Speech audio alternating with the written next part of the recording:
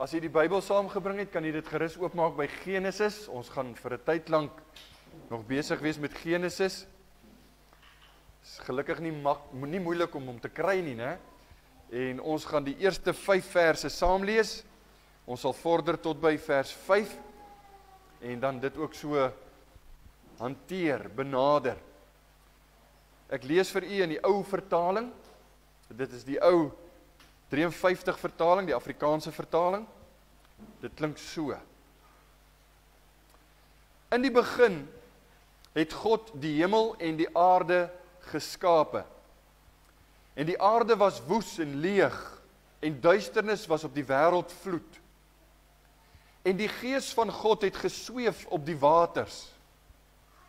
En God het gesê, laat daar lig wees. En daar was lig. Toe sien God dat die lig goed was. En God het skeiding gemaak tussen die lig en die duisternis. En God het die lig dag genoem. En die duisternis het hy nag genoem. En dit was aand en dit was môre, die eerste dag. Is tot daar wat ons skriflesing is. Ek het met die voorbereiding hierdie week het ek vir myself gesê, ek moet regtig oefen om stadiger te praat, want dit voel vir my met die begin van Genesis daar soveel noemenswaardige goed. Ons lê die basis. So ek moet, as ek stadig praat, moet jy luister. Dis 'n belangrike ding. En dis hoekom ek stadig gelees het vanoggend. Hier is belangrike dinge. Kom ons bid net eers saam. Ek gaan vra dat die manne staan. U is 'n verteenwoordiger van die huisgesin. Al die manne kan staan vir wie dit moontlik is. Dan bid ons saam. Ons vra dat die Here vir ons sal seën.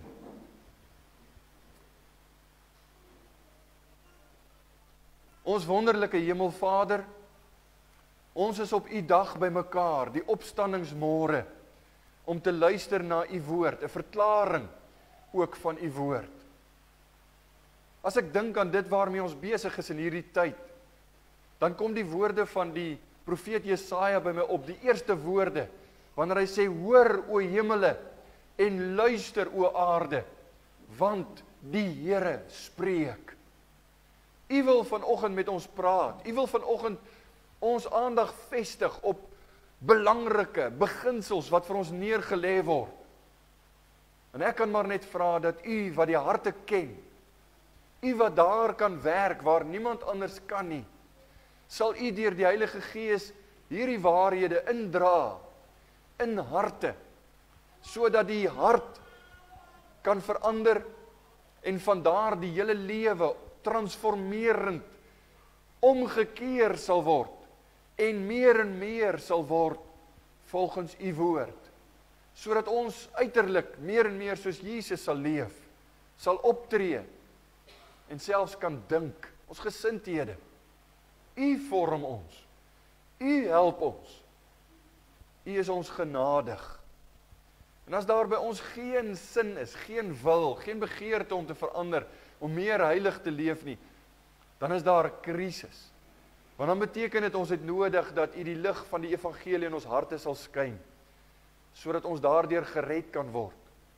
Dan het ons nodig om te dink oor ons eie sieleheil. Ons het nodig om stil te sit en te pyns oor die ewigheid van ons siel en die eindbestemming waarin ons op pad is. Help ons ook daarmee, tot lof en eer van u heilige naam. Sal u met ons kom praat, ek besef, dit is dalk baie warm en ongemaklik, maar ons wil bid dat u ons sal help om te konsentreer vir hierdie volgende paar oomblikke. Geef vir ons genade dat ons sal verstaan, en dat ons met ons gees, met ons siel, met ons hart, saam met hierdie dinge kan groei, en daardeur u kan ken. Ons bid dit in die naam van Jesus, ons verlosser. Amen.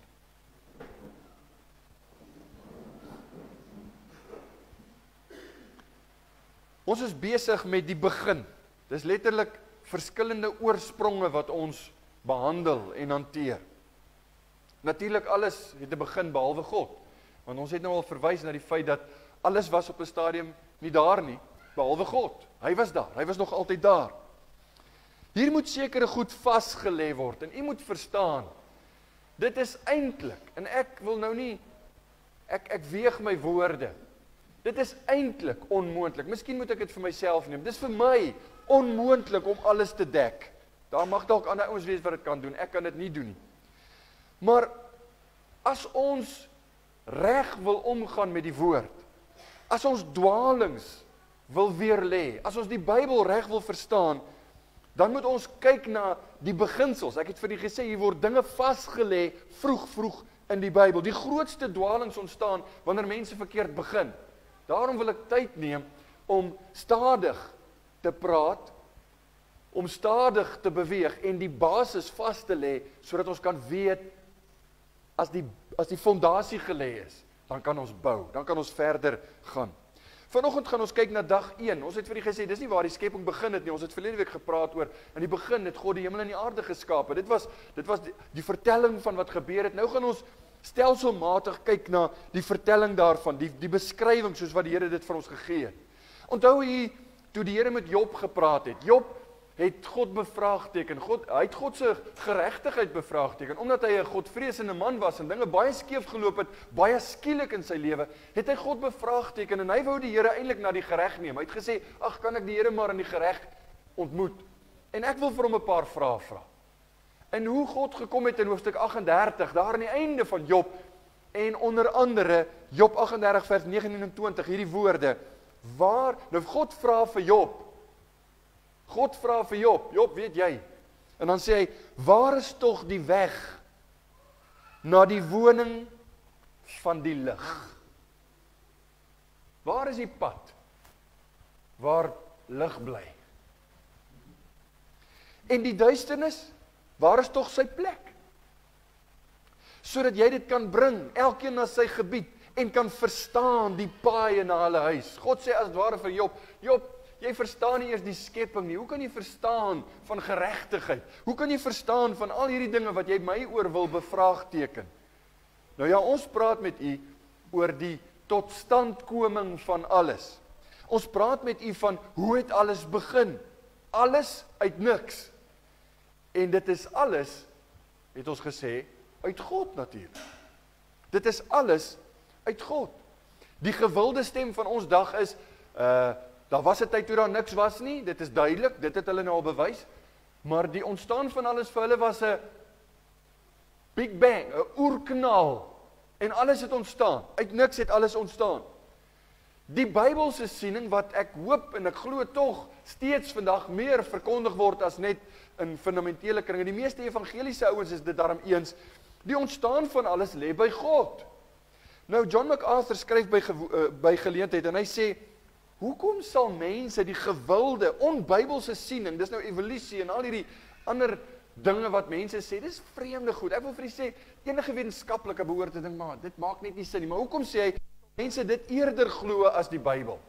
Hoekom sal mense eerder by hierdie dinge stil staan en sê, en hulle laat hulle daardeur vermaak, as om te sê, kom ons kyk wat sê die Bybel. Dit is tog 'n eerstehandse verklaring deur God self, want hy is die enigste een wat daar was. Hoekom? Hy sê 3 redes. In die eerste plek, mense glo eerder hierdie ander dinge as die Bybel, omdat hulle in akademiese kringe raak gesien wil word, aanvaar wil word. En hoe hartseer dit ook al is, ongelukkig, is die Bybelse mening in akademiese kringe, word dit glad nie geag nie. Dit is soos, daar word gefrons daaroor. Wil jy vir my sê, jy glo die Bybel? Dis wat mense se reaksie is, wanneer jy in hierdie tipe van gesprekke sê, maar die Bybel sê. Tweedens sê John MacArthur, mense glo eerder hierdie evolusieleer en al hierdie dinge, omdat hulle onkundig is omtrent regte wetenskap, en dit is 'n baie vreemde uitspraak komende van 'n predikant, maar hy sê, hulle word mislei deur 'n pseudo-wetenskap. Dis eintlik 'n valse wetenskap, want as hulle eerlik is met hulle self, sal hulle besef, hierdie dinge wat hulle op staan, is nie wetenskap nie. Dis ook maar net 'n geloofsoortuiging, want hulle kan dit nie bewys nie. En die derde rede wat hy gee, hy sê hulle mag dalk gedwing word, net soos wat Darwin gedwing was deur 'n illusie. Hy sê Darwin se hele teorie, dis nou die evolusieteorie, is ontwikkel op waarnemings sonder enige DNA. Waarnemings sonder enige genetika, wat hy kon toets. Dit het niks te doen met werklike wetenskap nie, maar hy was gedwing om iets daar te stel, want hy wou nie die Bybel glo nie. Dit het hy self gesê. Wie wil die Bybel glo? Daar moet iets anders wees. En dis waar ons vandag eintlik maar sit. Jy kom op 'n punt waar jy vir jouself moet sê, gaan ek die Bybel glo? Ja of nee? En as ek sê ek glo die Bybel, dan sê ek glo die Bybel, al lyk dit vir my asof dit nie regtig sin maak nie. Al lyk dit vir my asof ek kan dit nie verklaar nie. En veral hier waar wetenskap nie vir ons kan wys, hulle kan nie empiriese bewyse bring nie, dan glo ek die Bybel. Want daar was 'n getuie. Ons gaan vanmôre begin met stappe, as jy wil, van die skepping. Dis baie sistematies, wat ons nou gaan kyk na, God het dit gedoen, en toe het hy dit, die volgorde is belangrik, en toe het hy dit gedoen, en toe het hy dit gedoen, en ek gaan vir 'n paar goed uitwys. Die eerste ding wat ek vir u wil wys, wat baie interessant is dat daar 'n baie mooi, ek dink dis noemenswaardig, ek het dit raak gelees vir die eerste keer eintlik so besef, ek kan nie onthou of ek dit al ooit raak gesien het nie, dat daar 'n driekuns is, in die 6 dae van skepping, is daar die eerste dag en die 4de dag het 'n ooreenstemming, die 2de en die 5de, en die 3de en die 6de. Kom ek wys dit vir u. Op dag 1, waaroor ons vanoggend gaan praat, het God die lig geskep. Op dag 4 maak hy die son, die maan en die sterre. Dis die ligdraande planete. Dit is interessant, die twee, daar's definitief 'n korrelasie. Op dag 2 het hy die uitspansel gemaak, die hemel as jy wil, en ook die waters.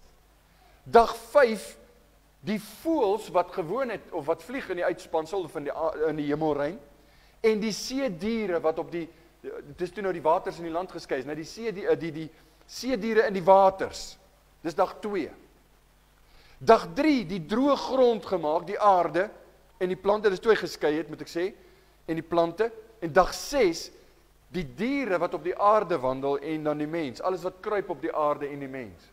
Sien jy die ooreenkoms, daar is so 'n mooi, 'n driehoek amper, kan jy sê, van die korrelasie tussen die skepingsdae. Daar's 'n simmetrie te sien in die skepingsdae, want God is 'n God van orde. Ek sou eintlik verbaas gewees het as daar glad nie simmetrie was nie. Ek het net nog nooit so daaraan gedink nie, want nou word ek gedwing om hieroor te pyns. En dan besef jy, maar dit is tog net logies, want God is 'n God van orde. Die vraag waarmee ek vanoggend wil wegspring is, waar was Christus? Waar was die Here Jesus? Ons het mos nou al gesê, jy kan hom sien as jy wil, jy weet hy was betrokke, want alles is deur hom gemaak, maar waar kan ons Jesus sien in die skepping? Ons het reeds gesien, God die Vader was daar, want God die Vader is die een wat gesê het, God het gesê, laat dit so wees. In die begin het God die hemel en die aarde gemaak, Elohim, dis God die Vader. Ons het gesien hoe die Heilige Gees daar was, want hy het gebroei, hy het gesweef oor die waters, hy is die een wat sy krag kom toon het met die skepping. Waar is Jesus Christus? En die antwoord gaan jy eers duidelik sien, wanneer jy met 'n Nuwe Testamentiese bril daarna kyk. Nou verstaan my reg. Die Ou Testament begin by die begin, en Openbaring het stelselmatig gekom. Wat beteken, alles was nie in een oomblik gegee en toe weer die mens alles nie. Ons noem dit progressief, het die openbarings gekom deur die Ou Testament, sodat hulle meer en meer geleer het van Jesus, en toe in die Nuwe Testament was dit volkome gegee en afgehandel, sodat dit nou toe is, die boek is toe, jy moet niks meer hierby kom nie, hy is volledig afgehandel. Maar die antwoord op waar is Jesus, kan jy eintlik sien in Genesis 1 vers 3, God het gesê, laat daar lig wees, en daar was lig. As jy met 'n Nuwe Testamentiese bril daarna kyk, dan verklaar Johannes, dis Jesus, dis hy, daar is hy is betrokke. Hoekom sê ek so? Want dit hou verband met die Here Jesus, wat beskryf word in Johannes 1 vers 1, 2 en 3 as, in die begin was die woord, en die woord was by God, en die woord was God. Hy was in die begin by God, alle dinge het deur hom ontstaan, en sonder hom het nie een ding ontstaan wat ontstaan het nie. Nou wil ek vir die aanhaling gee van 'n baie bekende Bybelkommentator genaamd Leon Morris. Hy het gesê, the word, en hy verwys na hierdie versie wat ons net bekyk het, the word existed before creation. In die begin was die woord. Die woord was by God, en die woord was God. Alles het ontstaan deur die woord. Nou sê hy, the word existed before creation, which makes it clear that the word was not created. The Word is not to be included among created beings. En as jy sistematies dink, dan moet die Woord God wees. Dis Jesus waarvan gepraat word. Dis immers ons Logos. Ons naam is hierdie, in die begin was die Woord, die Logos, was God. Deur Jesus aan Genesis 1 vers 3 te koppel, wil Johannes ook hê, dat ons die persoon van die Woord moet sien. Hy wil hê ons moet sien, dit was nie net 'n mag of 'n krag wat gewerk het. Dit was nie net 'n, soos die Engelse praat van 'n infusion van iets daar nie. Dit was die persoon, die Woord is 'n persoon. En daardie persoon beskryf Leon Morris as die metgesel van God self, sy eniggebore seun, die tweede persoon in die goddelike drie-eenheid. God die Vader, God die Seun, God die Heilige Gees. Daar's nie 'n rangorde nie, dis maar net die beskrywing daarvan, maar dis die goddelike drie-eenheid. Nou om Jesus se glorieryke teenwoordigheid in die eerste oomblikke van die skepping te sien, help ons verder om te waardeer dat hy dit verlaat het. Hy het sy troonposisie, sy heerlike majesteit verlaat om mens te word, vir ons te kom sterf. So Paulus verwys daarna, as hy sê hierdie einste Jesus, wat in die begin daar was, betrokke was, saam met God die Vader en God die Heilige Gees geskaap het. Hierdie selfde Jesus het later, die groot woord is geïnkarneer. Hy het homself mens laat word. Hy het homself as 'n mens laat kom, sodat ons hom dan kan ken. Hy het gekom sodat ons van ons sondes bevry kan word. Filippense 2 vers 7 en 8 is Paulus wat sê, maar hy het homself ontledig deur die gestalte van 'n diensknegt aan te neem en aan die mense gelyk geword. En in gedaante gevind as 'n mens het hy homself verneder deur gehoorsaam te word tot die dood toe, ja, die dood van die kruis. Dis belangrik dat ons Jesus sal sien by die skepping, sodat ons 'n groter loflied in ons hart kan opwek, om te sê, Here, dankie dat U vir my kom sterf het. Dankie dat U vir my op hierdie wêreld kom loop het. Mens geword het. Want U is waarlik God. Nou kom ons kyk na vers 3, 4 en 5. En daar's net 3 hoofgedagtes vanoggend. Baie kortliks gaan ek met U praat oor die idee van vers 3, 4 en 5 met die lig, die eerste dag. Ons begin met die eerste gedagte wat sê, God het gesê, die eerste woorde van vers 3, en God het gesê. Nou ek het al reeds vir u gesê, ons begrip van Genesis is beter, want ons sit met 'n verligte idee.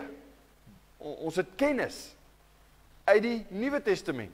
So wanneer ons na Genesis kyk, dan sien ons, nou maak dit vir my sin, hoekom hierdie woord gebruik moet word, en hoekom hy dit so sê, want ons sit met die begrip, die kennis van die Nuwe Testament. So daarom is ons verstaan van Genesis 1 vers 3 meer uitgebrei as die oorspronklike lesers. En tog wil ons nie, ons moet versigtig wees om meer te wil sê as wat die oorspronklike lesers sou verstaan.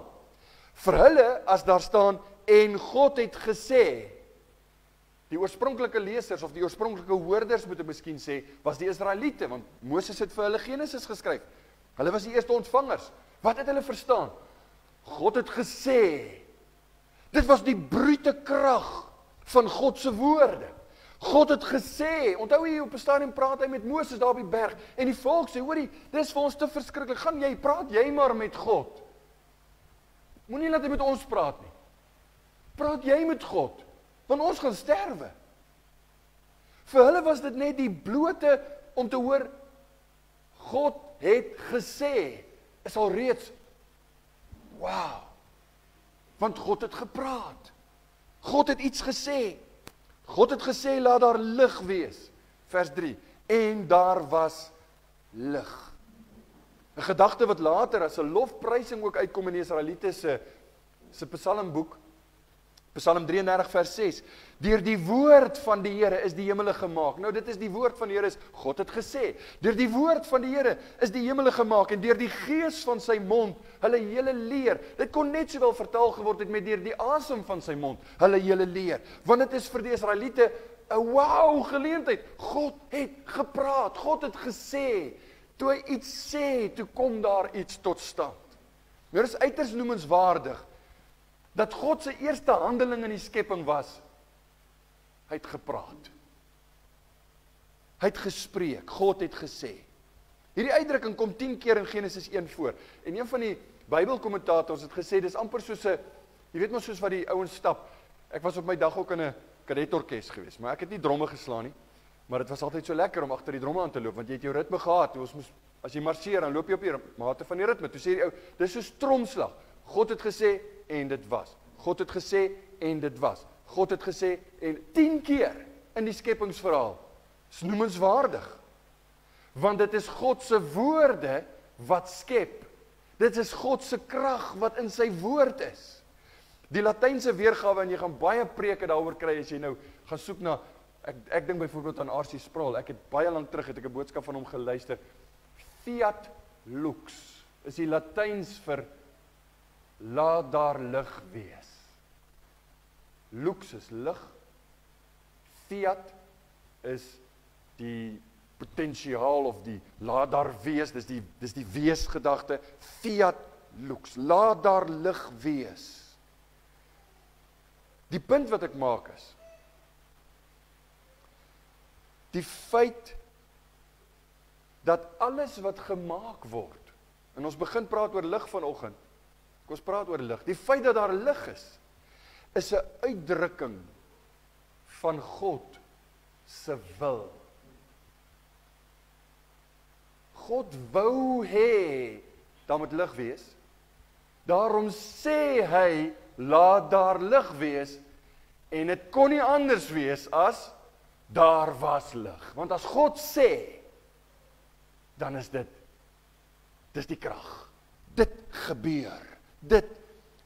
God het dit begeer, God wou dit so hê, en hy het gesê, laat daar lig wees, en dit was so, daar was lig. Nou hier is 'n beginsel, en nou gaan ek stadig praat. Luister na die beginsel. Aan die begin van die Bybel, leer ons al reeds hierdie beginsel. En dit gaan baie belangrik wees vir die pad vorentoe. As jy Romeine wil bestudeer, en as jy Johannes en Openbaring, dan is hierdie 'n belangrike beginsel, maak hom vas. God se wil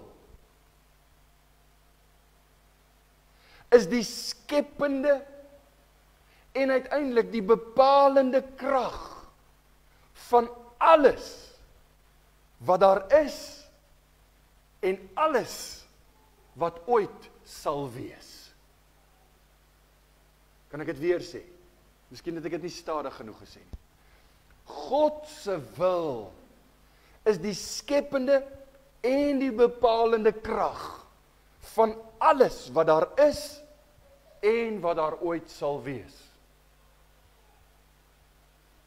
Oorgeset synde, soos die ou mense altyd gesê het, God is soewerein. Dit wat hy wil, dit gebeur.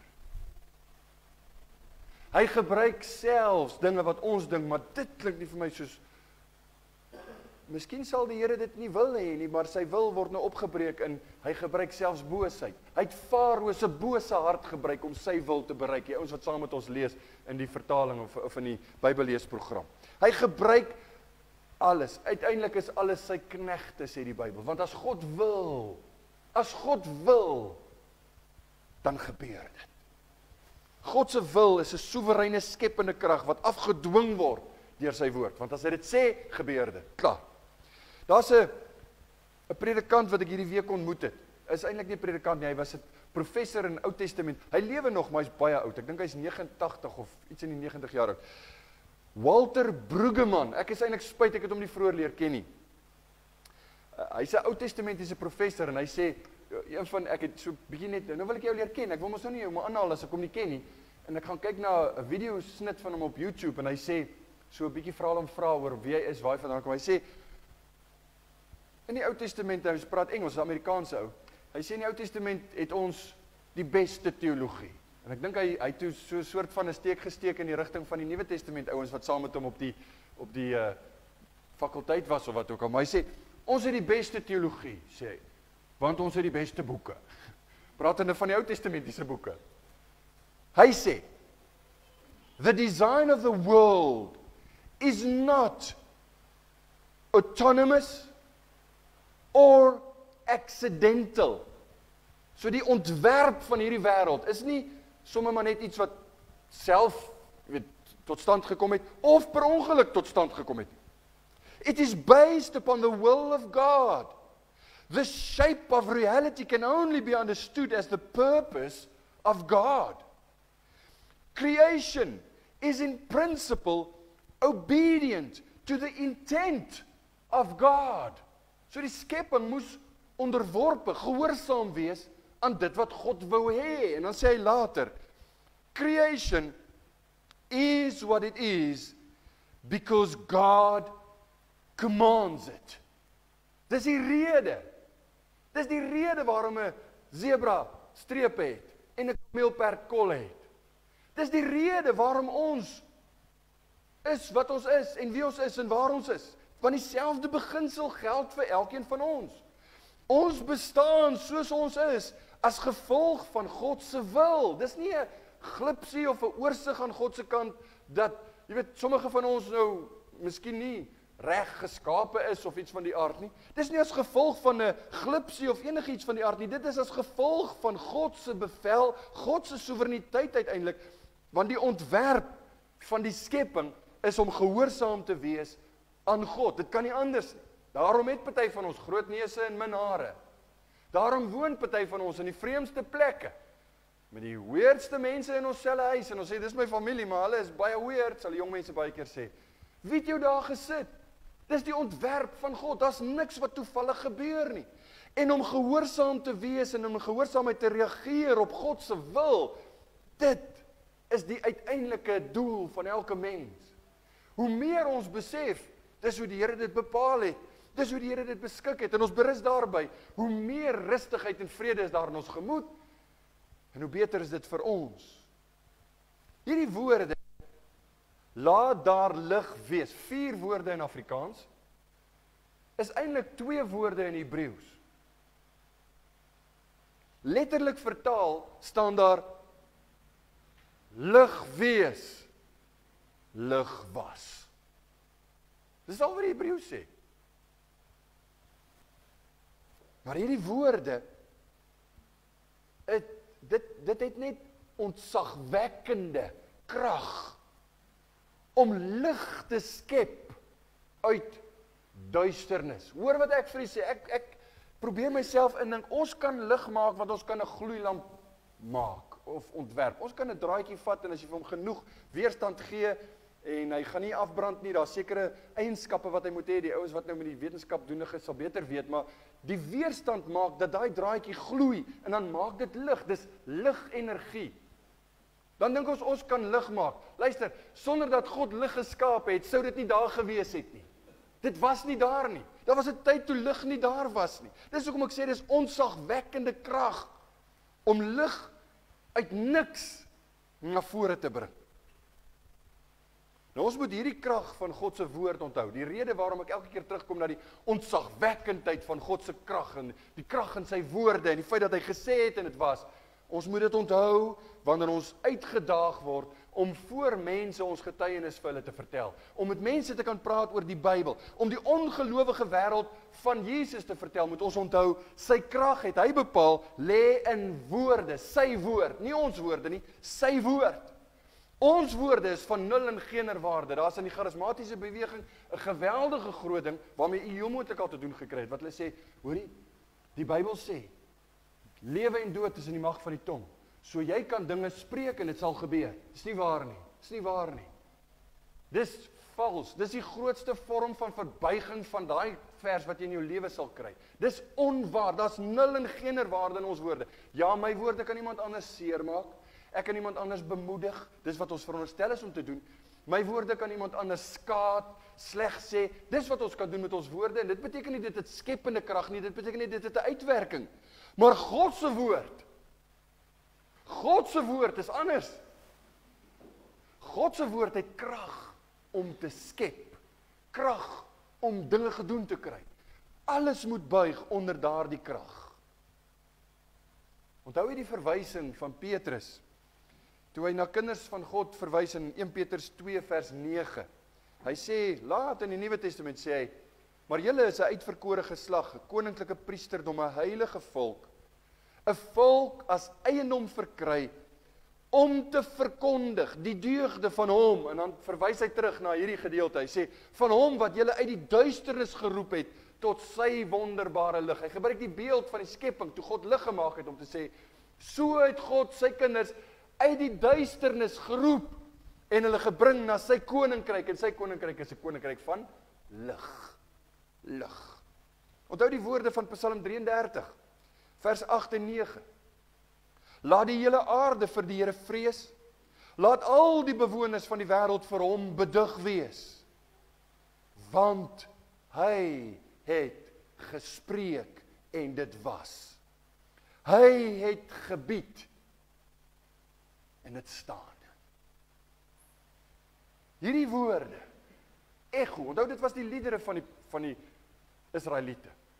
God het gespreek en dit het gebeur. God het dit gebied en dit was. Dis God se woord. En hierdie gedagte echo, tot aan die einde van die Bybel, in Openbaring 4 vers 11 staan daar, U, en dis 'n lied waarmee ons heel moontlik gaan deel, as jy gered is en jy is in die hemel eendag, U is waardig, o Here, om te ontvang die heerlikheid en die eer en die krag, want U het alles geskape, en luister mooi, en deur U wil bestaan hulle en is hulle geskape. God het gesê, en dit was. Dis sy wil, wat hy spreek, en dit gebeur. Bring ons by die tweede gedagte, en dit is nou net verder in hierdie, in vers 3, God het gesê, is belangrik, laat daar lig wees, en dan kom ons by die tweede gedagte, en daar was lig. Nou hier is vir mense 'n probleem, veral vir die praktiese ouens onder ons. Ek wil jy uitdaag, om die Bybel krities te lees, krities in die opsig van, dink daaroor. Dink daaroor. Nêrens verwag God van ons om die Bybel soos 'n swaap te lees en sommer maar net sonder intellek, sonder jou eie vermoëns, maar net, jy weet, dink daaroor. Nou as 'n ou dink daaroor, dan sê jy, maar hoe is dit moontlik dat God op dag 1 lig maak, maar eers op dag 4 maak hy die son?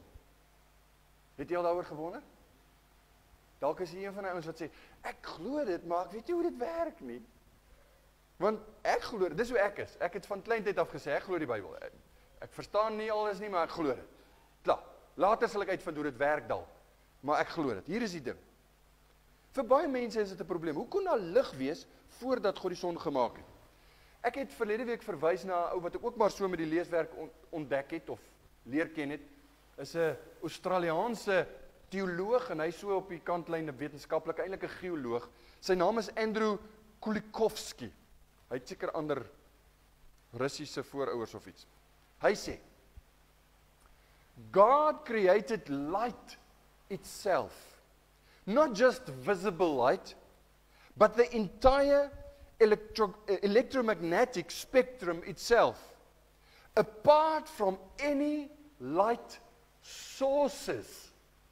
So sonder om die bron, soos 'n gloeilamp of 'n planeet of 'n ster, het God al reeds lig geskep sonder die bron. En hy sê, die hele spektrum, as jy al ooit met ligte gespeel het, of iets daarmee te doen gekry, dan weet jy, ligte se kleur word gemeet in, hulle praat van temperatuur, dit het niks met temperatuur te doen nie, want jy weet dit in Kelso dink ek is hier, ek het dit nou nie neergeskryf nie. Dan praat jy van 16.000, as jy gloeilamp gaan koop by Pick n Pay ook, dan sê hulle, hier is 'n koue wit, en hier is 'n warm wit. En die een is nie warmer as die ander, en dit beteken net, hy's sagter op die oog, hy's bietjie meer geel. As jy hou van 'n blou lig, koop 'n koue lig. Dit is 16.000 is gewoonlik jou koues, 10, 12, 8 is baie warm. Dit beteken hy's kouer as hy 8 en 10 is. Dan is hy baie wit. Hy's so wit dat hy gaan dieper in water, en dis hoekom ek dit ken, van die vistank speel. Maar as jy warmer gaan, 16.000 en 18.000, dan raak hy geel al, dan raak hy so bietjie soos die son, natuurlike daglig. So hierdie slim ou, Andrew Kulikovsky sê, God het die spektrum gemaak van lig, hy het lig gemaak sonder die bron. Bovendien, dink saam met my. As ek moes skep, as ek moes maak, veronderstel ek sê vir u sê, kom ons maak musiek. Jy gaan tog nie 'n instrument maak, skep uit niks, voordat daar nie klank is nie. Jy moet eers weet van klank, voor jy die instrument gaan maak, en op dieselfde manier is dit net heeltemal logies, dat God eers lig sou maak, op die eerste dag, voordat hy later die voorwerpe sou dra, wat die ligte sal skyn, wat hierdie ligte sal, die Engelse sê emit, wat dit sal uitstraal, die son en ander planete ook, reflekteer ook, soos die maan, hy maak nie lig nie, hy reflekteer net die lig. So lig word nou hier geskape, sonder dat die son al geskape is. Hoe word lig in die Bybel gebruik? Ons wil kyk wat sê wat gaan ons daardeur leer? Oral in die Bybel gaan jy lees van lig, maar kom ons kyk hoe. Lig word in die Bybel vergelyk met lewe. Soos daar waar lig is, daar is lewe. Duisternis is dood. Lig is lewe. Dawid sê in sy laaste woorde, 2 Samuel 23 vers 4, en hy praat van 'n heerser of 'n koning wat God vrees. Dan sê hy, so 'n man is soos die môre lig by die sonsopgang. 'n Môre sonder wolke, as deur die glans na die reën grasspruitjies uit die aarde opkom. 'n Goeie koning, sê hy, 'n goeie heerser, 'n godvreesende heerser, is soos lig waar dit gras laat groei. Dit word gebruik met lig wat groei aandui. Lewe. Dan in die Bybel is lig natuurlik, die algemeenste vir my, is dat lig openbaar. Dit het te doen met kennis. As jy in 'n donker vertrek instap, stik donker, jy kan niks sien nie, dan weet jy nie wat daar is nie. Ek praat van 'n vreemde vertrek, jy weet nie wat daar is nie. Jy gaan nie sommer daar aanloop nie, want jy gaan jou hakskene stamp. Jy gaan jou tone stamp, jy gaan aan iets vasloop, jy gaan iewers seer kry of iets seer maak. So lig openbaar. As jy in 'n vertrek inloop, wat doen jy? Donker vertrek, jy sit die lig aan of jy maak die gordyne oop. Jy doen iets laat daar lig inkom, want dit gee vir ons 'n openbaring, dit gee vir ons kennis. Dit help ons om te verstaan. Ek sien, hierso is dit en daarso is en so. Aan die begin van die skepping, dit word gesien as God se openbaring. Hy wys vir ons sekere dinge.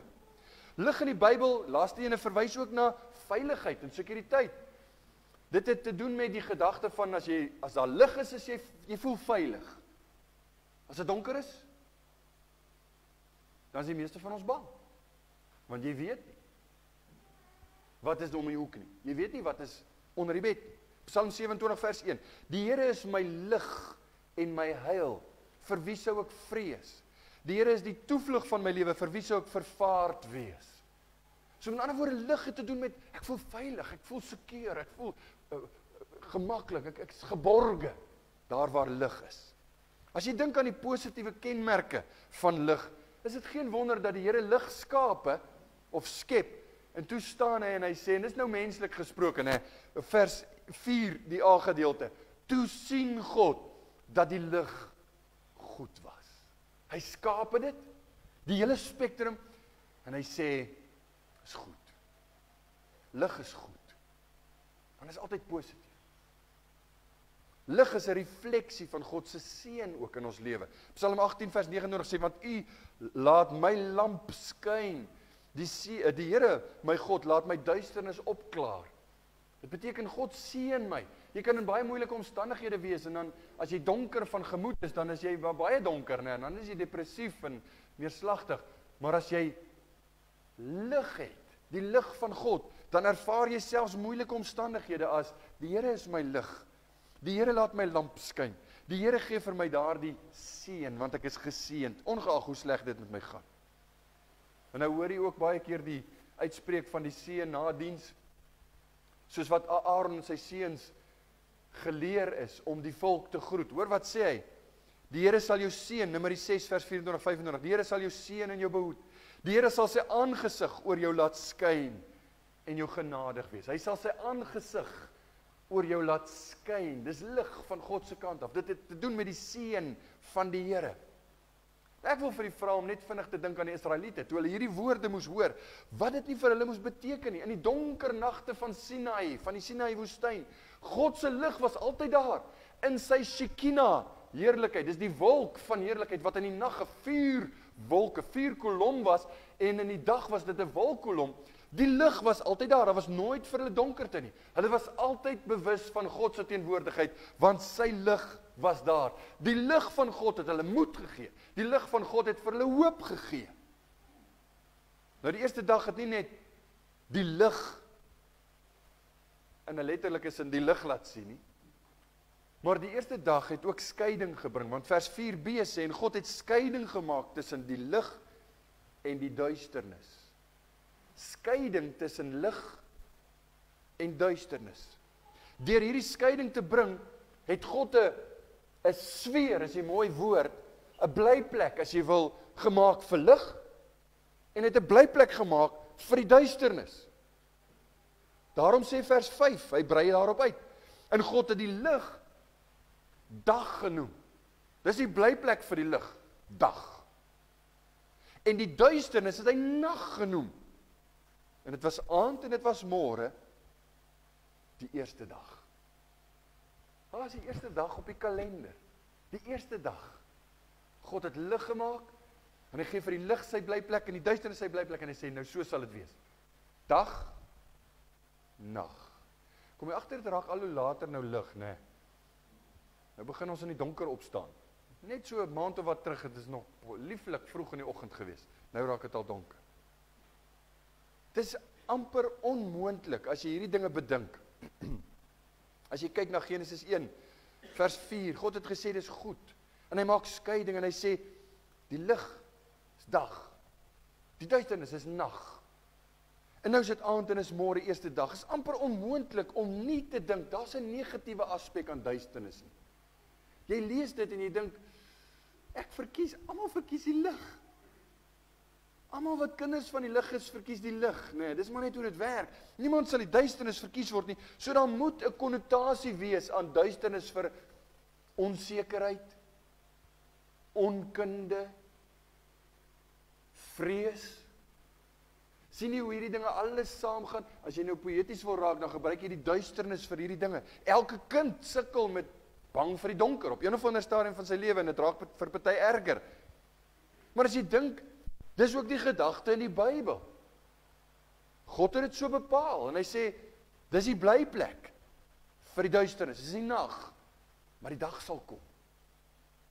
Die dag sal kom, want daar's 'n blyplek vir die dag, vir die lig, dis die dag. Maar ek wil hê jy moet sien, God wys sy soewereine heerskappy, hier's belangrik, hier's weer 'n beginsel, oor die lig en oor die duisternis. God wys sy krag by die skepping reeds, oor die lig en oor die duisternis. Die duisternis kan die lig nie oorweldig nie. Hy bepaal selfs wat dit genoem moet word. Hy skep dit so, hy sê, dis wat dit genoem gaan word, om te wys, ek het 'n doel daarmee, ek het 'n plan daarmee. Bring ons by die laaste gedagte. En ek wil afsluit met iets van, ons moet by die Here Jesus, ons wil by die evangelie uitkom. Die lig van die wêreld.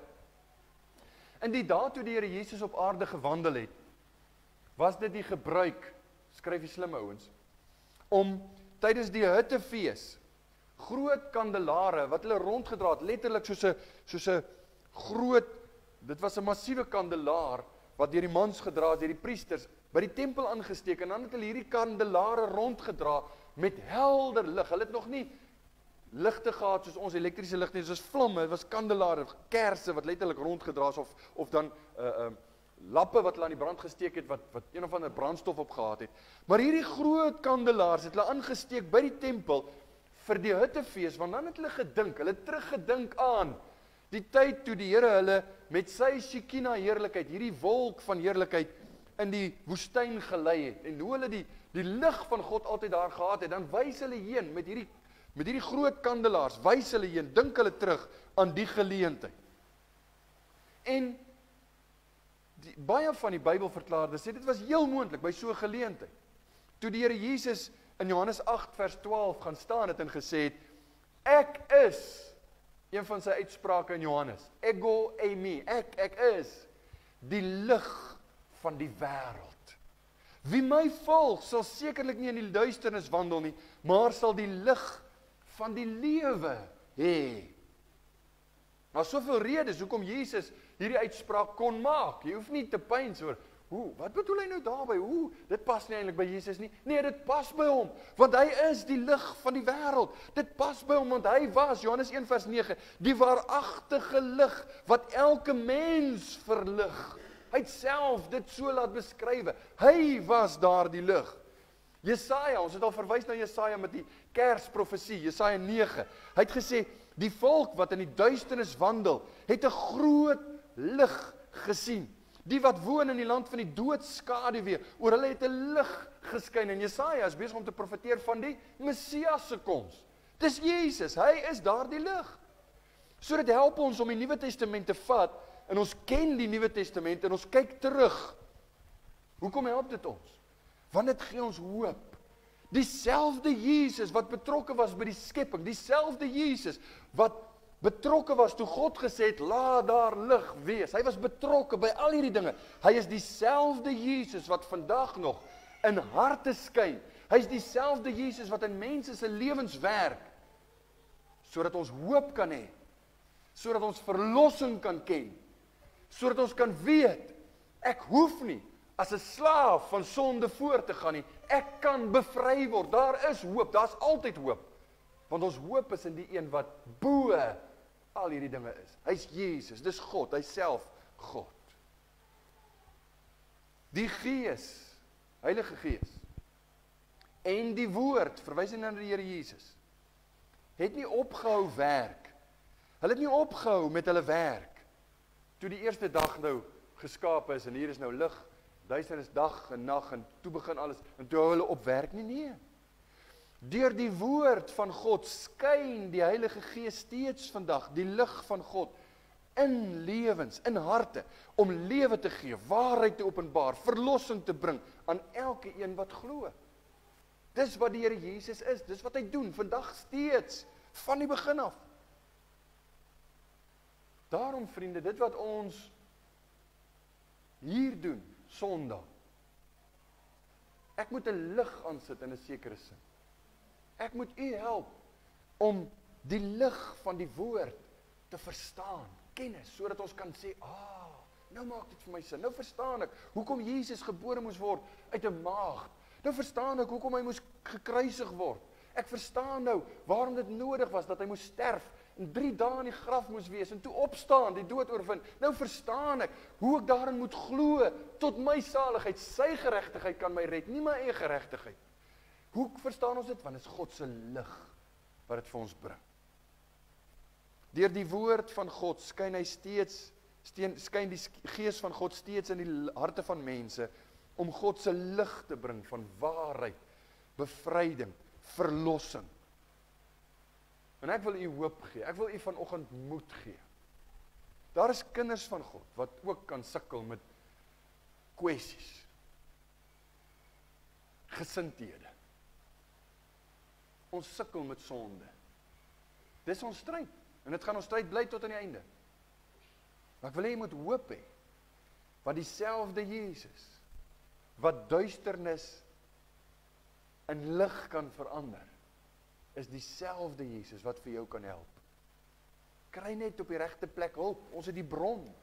Ons het die bron van lig. Dit is sy lig. Dit is sy bron van wysheid en insig, kennis, sodat ons verstand kan hê en kan lewe.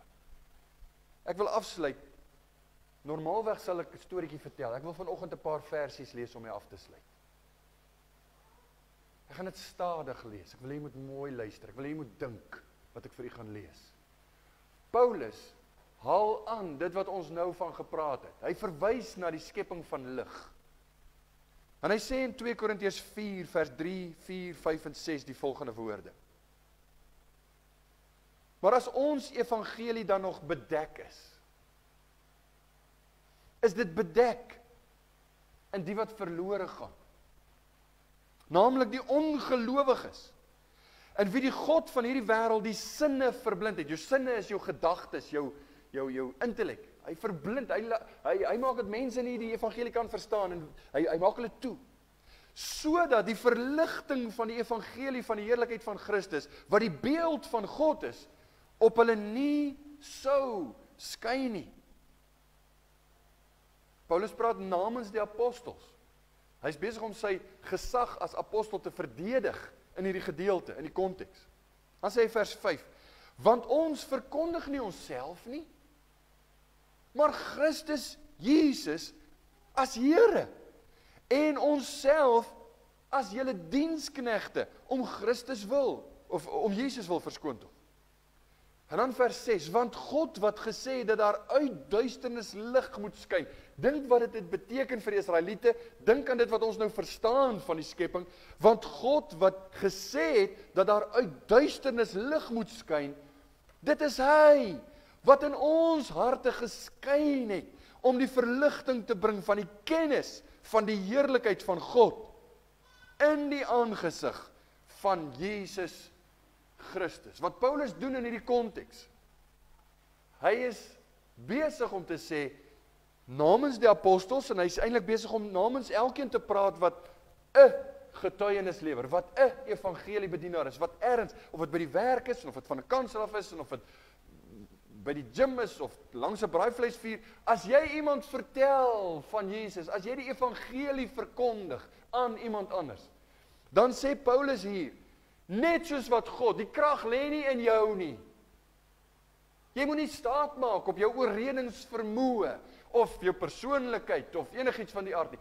Net soos wat die krag gesetel was in die woord van God met die skepping, net so is die woord wat jy praat, die krag van God tot redding vir elkeen wat glo. Romeine 1 vers 16.